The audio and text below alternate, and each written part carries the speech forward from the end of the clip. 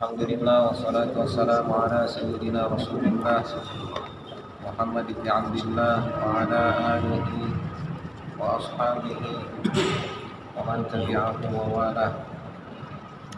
Ma ba'd.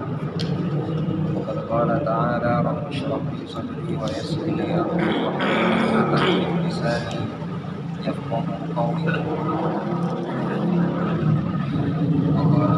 هذا الكتاب رحمه الله تعالى ونفعنا به في علومه في الدارين آمين.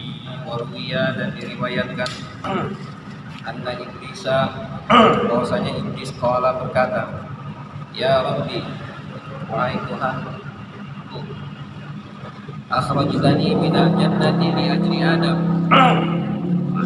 Engkau telah mengeluarkanku dari surga karena Adam.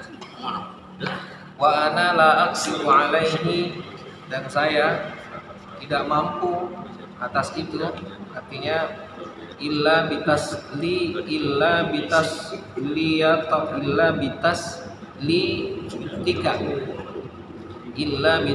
tika, kecuali dengan kemampuan.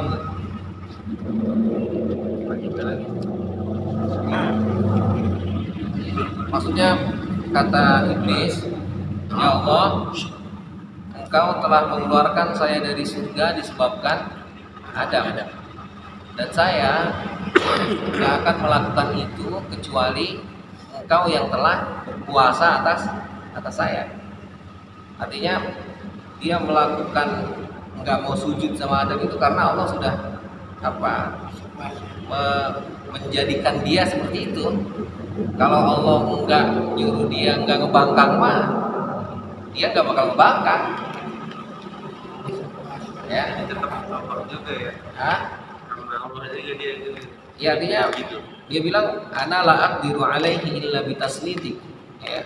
Saya enggak bisa melakukan itu. Ya, saya enggak mampu tanpa atas kemampuan Engkau. Tanpa atas izin Allah. Qala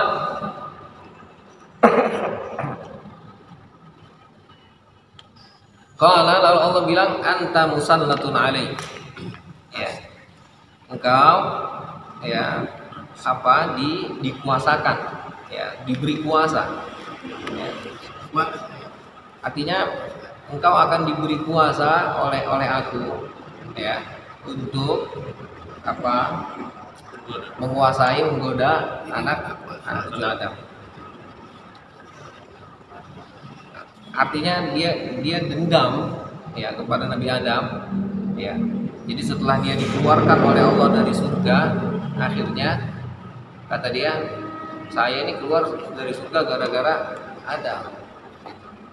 Maka ya artinya engkau sudah memberikan kekuasaan kepada Nabi Adam sehingga saya keluar. Maka sekarang izinkan saya untuk mencari atau berkuasa untuk mencari nanti Adam biar kepleset, biar Nabi Adam juga ya sama lah, artinya biar sama-sama dia keluar dari surga, Adam juga keluar dari surga juga, seolah-olah begitu. Maka qala anta musallatun alaih, ya, kamu akan diberi kuasa atasnya, ay ala auladihi, maksudnya kepada anak keturunannya, li'ismatil anbiya'i minhu, karena kalau nabi itu pasti masuk, nabi itu pasti terjaga, ya. Qala, lalu iblis bilang zidni, enggak cukup, ya, tambahkan. Jadi udah diberi kekuasaan oleh Allah untuk menggoda anak cucu Adam, ya. Kata dia enggak cukup. Qala la yuladu lahu waladun illa wulidalaka mislahu. Kata Allah, tidak akan dilahirkan, ya, dari Adam keturunan kecuali dilahirkan, ya, bagimu yang sepertinya. Artinya enggak ada, ya, kata Allah, oke, saya tambahin, ya. Jadi bukan hanya sekedar diberikan kuasa atas menggoda keturunan Adam, ya, Tapi Allah juga memberikan ya kuasa kepada siapa?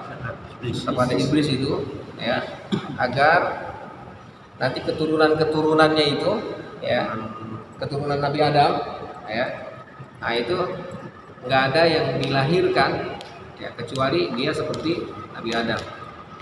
Artinya dia masih bisa menggoda gitu. Minta keadilan terus ya iblis ya. Ya, artinya dia nggak puas dengan dikeluarkan dari surga. Kala lalu dia bilang lagi, kata iblis, Sydney, ya, tambahin lagi, masih kurang baik. Kala suduruhum masakinulaka, ya, hati mereka itu adalah tempat bagimu. Tajri fiha majrad dam, yang engkau di sana bisa berjalan seperti jalannya darah itu. Ya. Oke. Jadi yang pertama begini, yang pertama bahwa Nabi iblis itu ya, ya Allah, karena saya dikeluarkan dari surga oleh engkau, maka berikan saya kuasa agar saya bisa menggoda Adam. Ya. Nah, kata Allah, oke, saya kasih ente kuasa untuk menggoda, ya, untuk ngajak mereka nanti ngikut jadi kelompok ente. Kata dia kurang, ya, oke, ntar, ya, yang kedua ada kesempatan, kapan? Ya, kesempatan nanti anak keturunan Adam itu, ya, akan seperti kamu ketika dia nanti anak cucu Adam, ya, melakukan hubungan intim, lalu dia tidak berdoa, dia tidak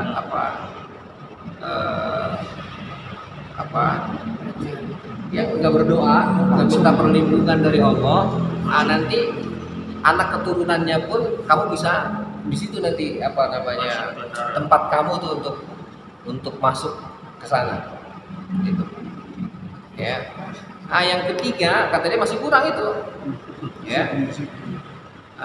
Masih kurang. Kata Allah yang ketiga, mereka akan ya masuk ke dalam hati kita, ya. Makanya ada hadis nanti yang bilang bahwa setan itu akan berjalan ya seperti jalannya darah. Selama darah kita masih berputar di dalam diri kita, maka masih di situ masih ada setan. Oke, ini tiga. Kala ya Sydney masih kurang lagi baik. Ya. Kala kata Allah, ajrib alaihim bi khaylika wa rajlik.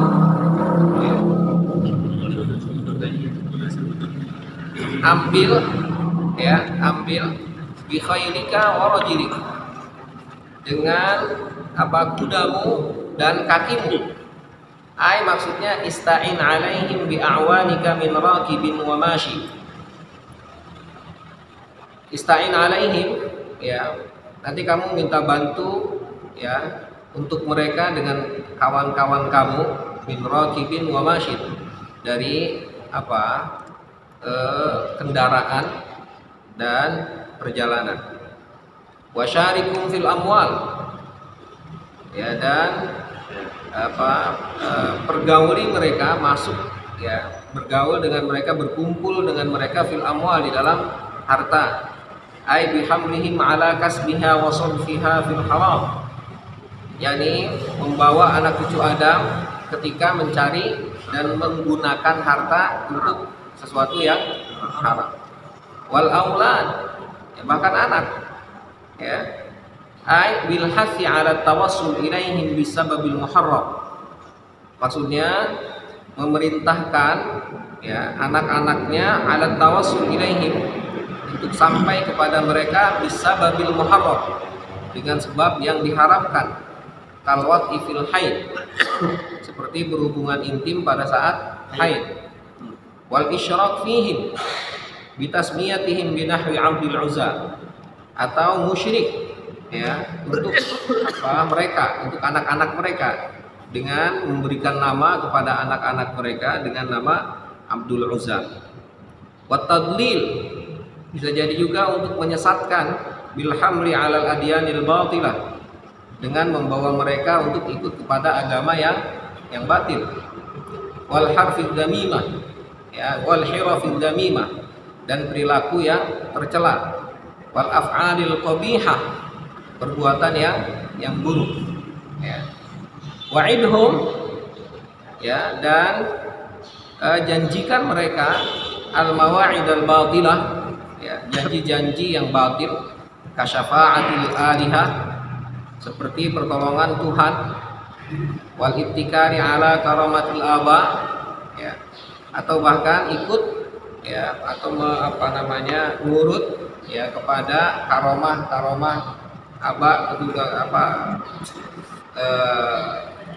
sesepuh, ya, kiai. Wa ta'khirut taubah bitulil amal, ya, dan mengakhirkan taubat dengan banyak angan-angan. Wa hadza ala tariqit tahdid, dan ini, ya, melalui cara tahdid, ya, nakut-nakutin. I'malu ma syi'tum, ya, ka i'malu ma syi'tum, seperti Allah bilang i'malu ma syi'tum, beramallah, ya, ma syi'tum, sebagaimana yang kamu mau. Jadi kisah ini ingin bilang bahwa iblis itu tidak pernah puas, ya, terhadap perilaku atau apa yang sudah dibuat oleh Allah untuk Nabi Adam, ya. Jadi ketika iblis dikeluarkan dari surga, ya, maka disitulah sudah mulai ada dendam, ya, sudah mulai ada, nah ini nggak adil nih kalau saya dikeluarin dari surga dia kagak, ya, nggak ada kepuasan, ya. Akhirnya bagaimana caranya agar dia mampu, ya, memberikan peluang untuk bagaimana keturunan Adam nanti akan sama seperti dia, masuk ke neraka, ya. Maka oleh Allah dikasih tadi jalan-jalannya, ya. Lewat mana kamu bisa menghasut, lewat mana kamu nanti bisa mengajak mereka, ya, untuk ikut ke jalan yang seperti kamu lalui sekarang, ya. Nah, tadi diawali dari ada kemampuan, ya. Maka bahasa Al-Qur'an itu kan fa'alzirni, ya, kasih saya waktu, kan gitu. Kata Allah, oke, saya kasih ente waktu. Nah ini bilang, ya. Jadi dikasih waktu dan diberi kesempatan, gitu, ya. Apa kesempatannya? Itu tadi. Maka nggak ada orang yang selamat dari godaan syaitan, kan? Ya. Maka mutlak ketika Allah katakan fa idza qara'tal qur'ana fasta'id billahi minasy syaithanir rajim. Ya. Itu untuk semua, bukan untuk yang level bawah, bukan untuk level atas, atau bahkan untuk level tengah, bukan. Ya. Karena dia akan masuk dari berbagai macam penjuru, ya. Dia masuk lewat tadi hati kita, ya, seperti masuknya darah, ya, perputaran, ya, darah. Dia akan masuk tadi ke kendaraan kita, perjalanan kita, ya. Bahkan tadi masuk ke dalam, ya, harta. Bagaimana hartanya? Harta itu nanti dia akan ambil dari mana, dia akan gunakan kemana, itu luar biasa, ya. Jadi ketika kita mendapatkannya dari mana dan akan kita gunakan kemana, bisa jadi dapatnya dari yang halal, digunakannya untuk yang haram, bisa jadi. Maka tadi hikmah kemarin itu nggak ada yang bisa selamat dari tipu daya Allah, nggak ada yang bisa. Maka kita selalu memohon kepada Allah agar Allah menjaga kita dari tipu dayanya. Jangan sampai kita digerakkan, dipalingkan hati kita dari Allah, ya. Maka doa yang diajarkan Rasul itu, ya musarrifal qulub, ya, sarrif qalbi ala dini, ya muqallibal qulub tsabbit qalbi ala dini, ya. Jadi bisa jadi dapatnya halal, ya, keluarnya ke tempat yang haram.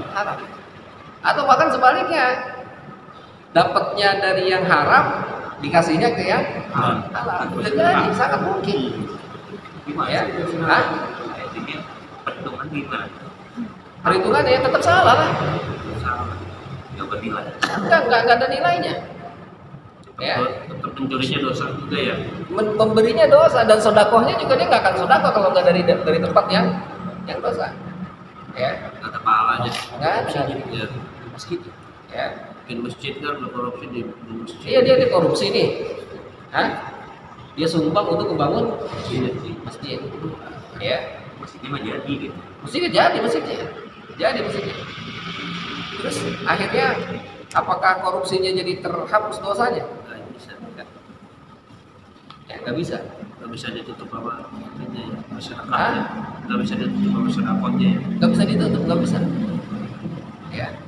Kenapa? Dikarenakan Islam itu selalu mengajarkan kita dari awalnya bersih, ujungnya pun ikut bersih. Nggak bisa awalnya kotor terus ujungnya bersih, nggak ada. Uang bersih buat maksiat sama aja ya. Hah? Uangnya bersih buat maksiat. Lah iya makanya itu kan sama. Uangnya bersih tapi digunakan untuk maksiat. Dapatnya halal tapi buat maksiat. Ada orang sedekah ngasih, nih kasih duit 100.000, toto dipakai buat mabok. Ya.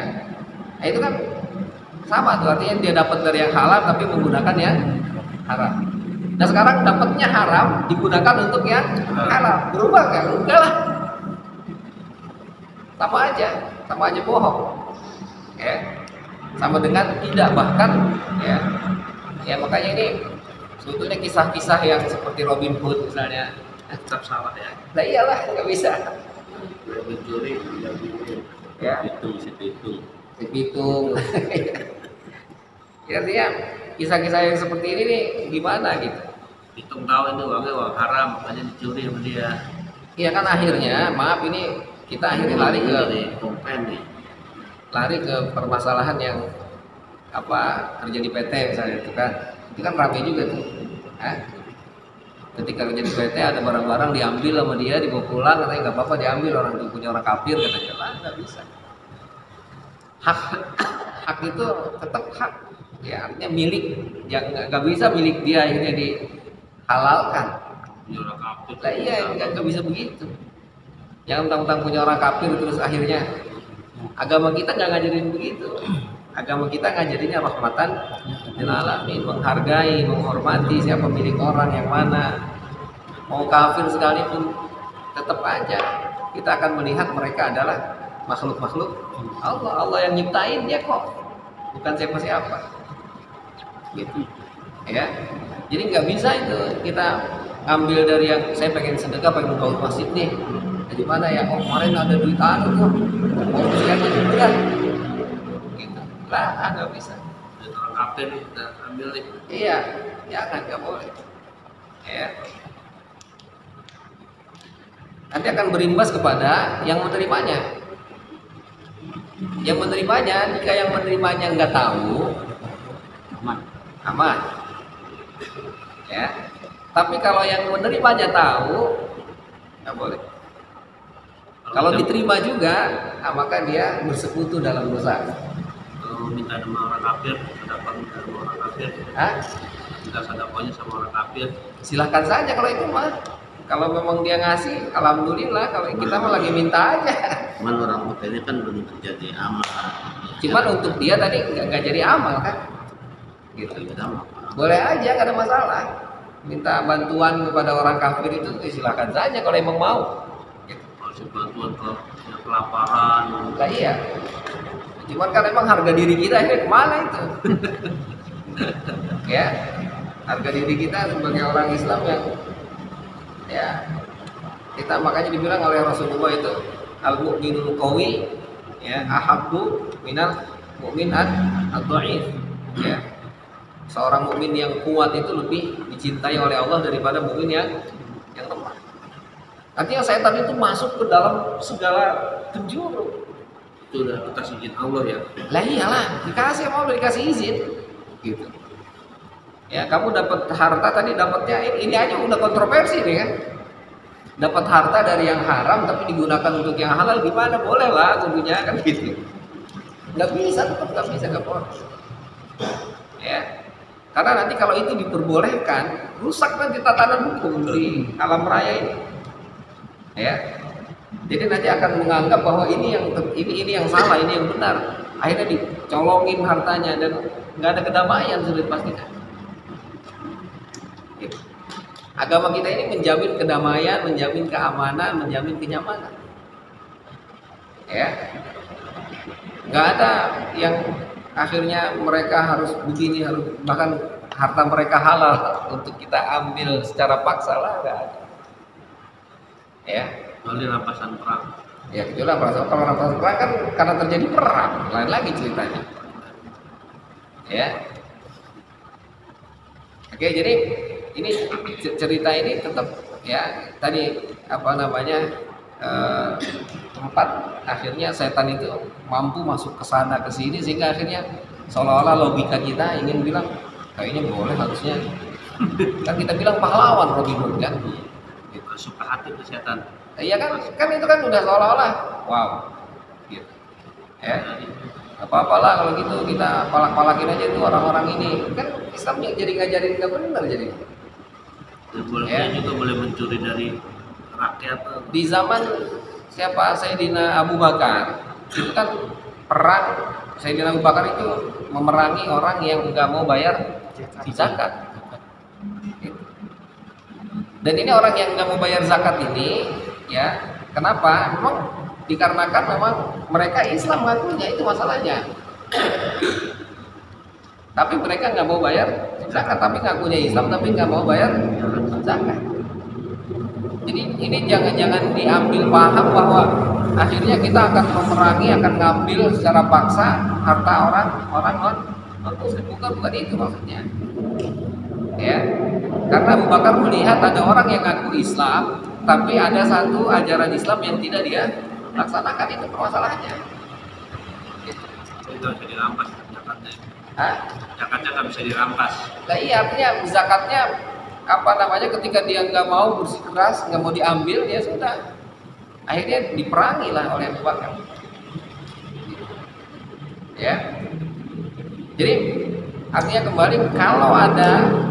Jadi ini bukan hukum generalisir yang akhirnya kita bilang diperbolehkan akhirnya ngambil paksa harta orang lain. Ya, jadi itu karena mencari kesepakatan akhirnya. Yang nggak sepakat, nah, kamu Muslim, dia Muslim, kenapa nggak bayar zakat? Ya, oke.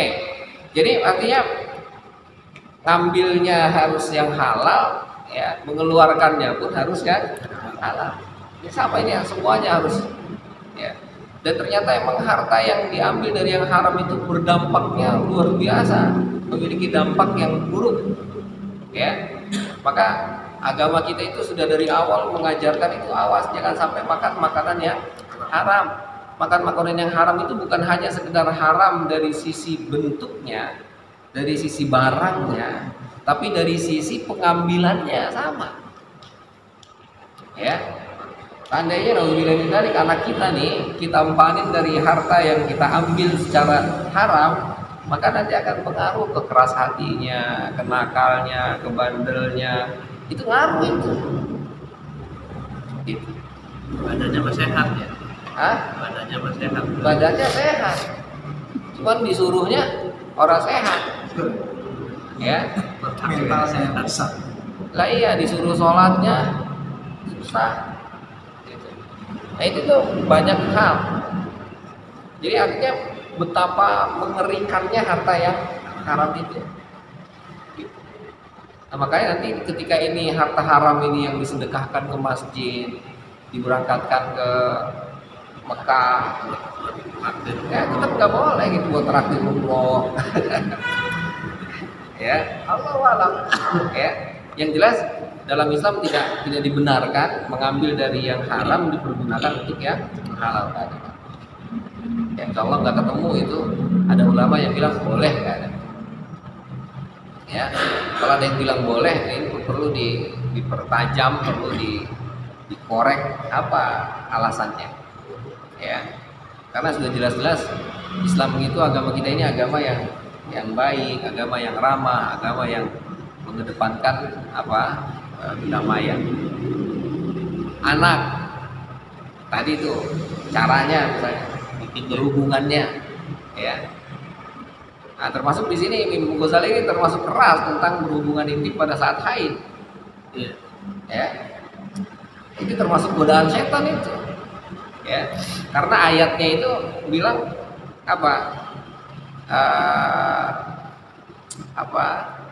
yas'alunaka 'anil mahid qul huwa adan fa'tazilun nisaa fil mahid wala taqrabuhunna hatta yatahur. Ya. Mereka bertanya tentang wanita haid. Kata Allah, jangan dekati mereka sampai suci. Nanti memang yang suci ini memang beda-beda nih antara Imam Syafi'i dengan Imam Abu Hanifah. Kalau Imam Syafi'i, suci itu harus mandi dulu baru boleh berhubungan intim. Tapi kalau Imam Abu Hanifah, kalau udah putus belum mandi boleh. Mandi dulu. Dari yang boleh banget, asal begini dia. Asal begini nggak boleh. Emang belum mandi udah boleh aja. Mandi dulu Ji. Kalau Imam Syafi'i harus mandi dulu, baru boleh. Mandi bentar. Kategori suci itu maksud Imam Syafi'i mandi baru boleh. Tapi kalau mandi 2 kali, nah iya kalau mazhabnya Syafi'i begitu, enak wangi lah.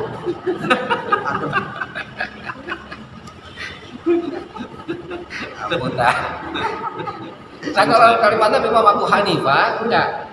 Ya, Imam Abu Hanifah itu yang penting udah putus haid tanpa mandi, nah jadi mandi sekalian gitu, nggak ada masalah. Kita selalu aja itu. Itu Imam Abu Hanifah gitu.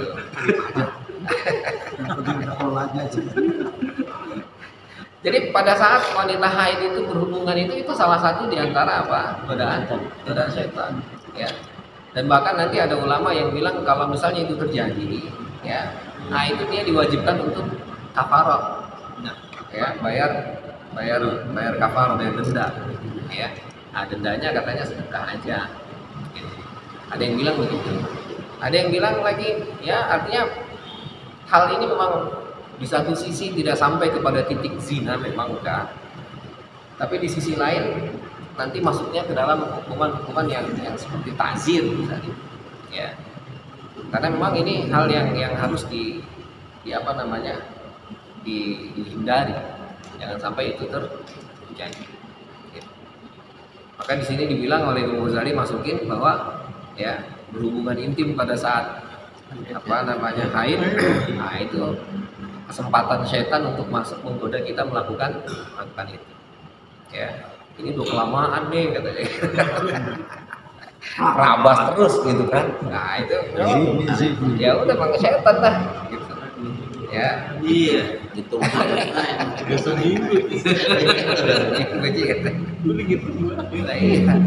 Nambah. Selain itu sekarang sekarang fenomena yang terjadi tahun baru-baru ini kan. Kita pengen nama anak kita keren, harus hati-hati tuh. Itu pun termasuk jalan setan untuk menggoda kita. Kasih nama anak yang namanya Blacky gitu. Apa ya? Ya kan di sini namanya Abdul Uzza kan gitu.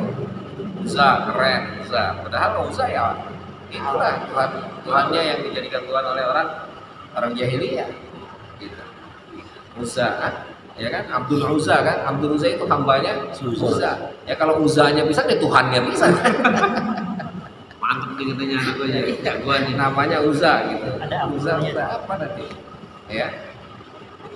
Tapi orang bukan Islam juga nggak mau namain Fir'aun. Ada yang namanya Fir'aun. Namrud. Orang Akhirnya nggak ada ya. akhirnya nggak ada. Iya makanya. Namrud gitu. Iya makanya artinya memang dalam penamaan itu pun sama. Ya. Oke. Ya bahkan nanti dalam mengaturnya, dalam mendidiknya, ya, mengarahkan mereka, disekolahkan kemana, dikasih pemahaman apa, itu penting itu, jangan salah. Dan itu pun salah satu diantara cara setan untuk menggoda.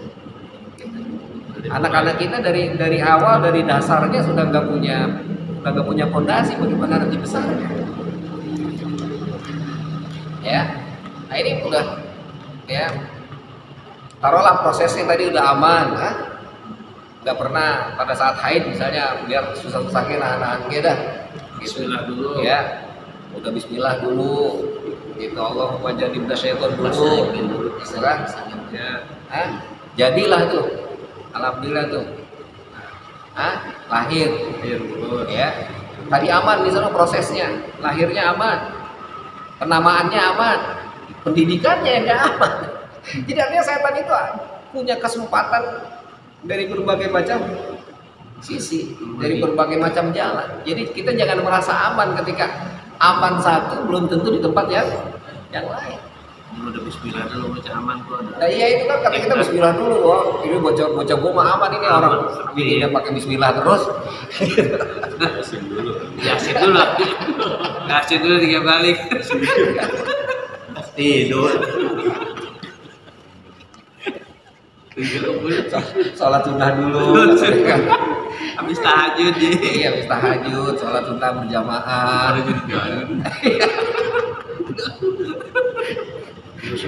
Asal yang jorok-jorok ya bangun. Ya artinya nggak ada orang yang aman tuh, selalu tuh terus godaan setan itu akan terus datang dari berbagai macam ya segi yang kita lakukan. Ya, belum lagi nanti anaknya udah gede tuh, ya kayak kita nih sama, gitu.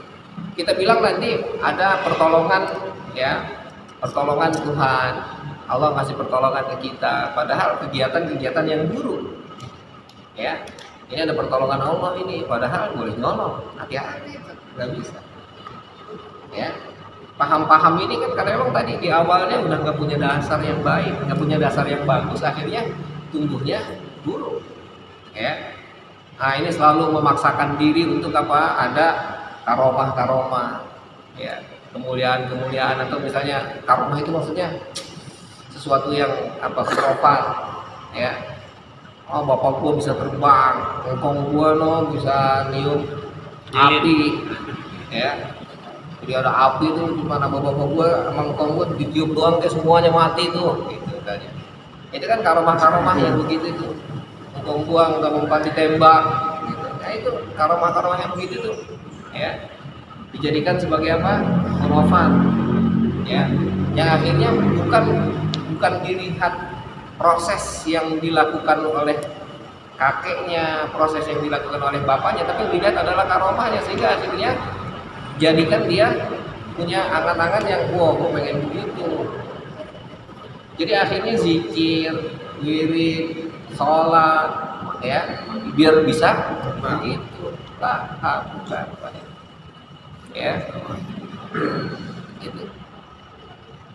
Nah itu luar biasa. Artinya iblis itu dikasih peluang oleh Allah untuk menggoda kita dari berbagai macam sisi. Ini beres, nah ini belum tentu.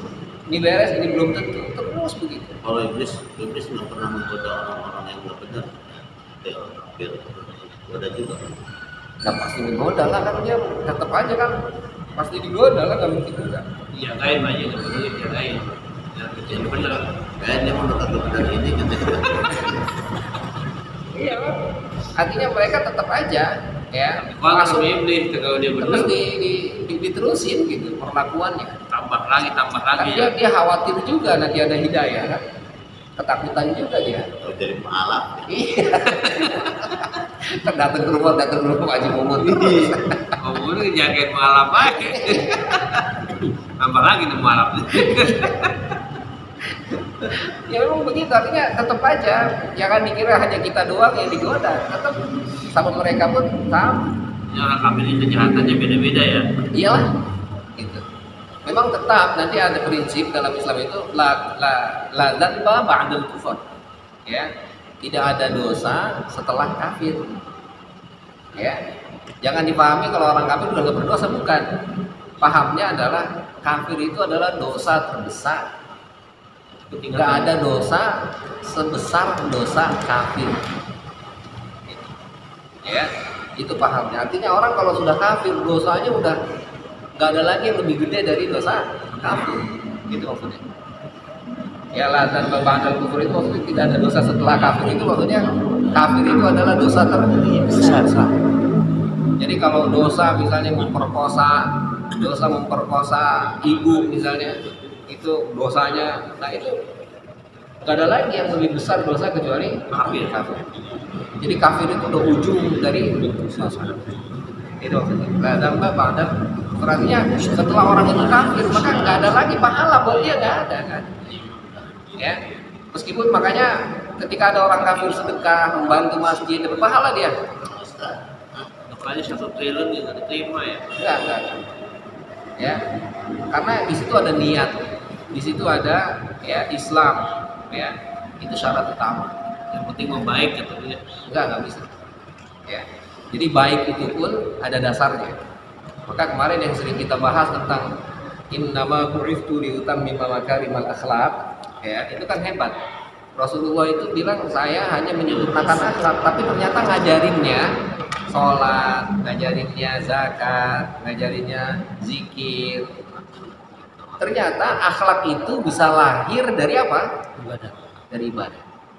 Akhlak itu bisa lahir dari ketundukan kita kepada Allah. Ya. Jadi nggak ada akhlak yang tidak didasari. Kalau ada akhlak yang tidak didasari oleh itu, maka akhlaknya nggak kuat, akhlaknya salah. Ya, makanya orang kafir meskipun dia baik tetap aja ada udang di balik batu. Ya, itu maksudnya. Oke, cukup ya. Siang. Nakifuna walhamdulillah wallahu a'lam bishawab.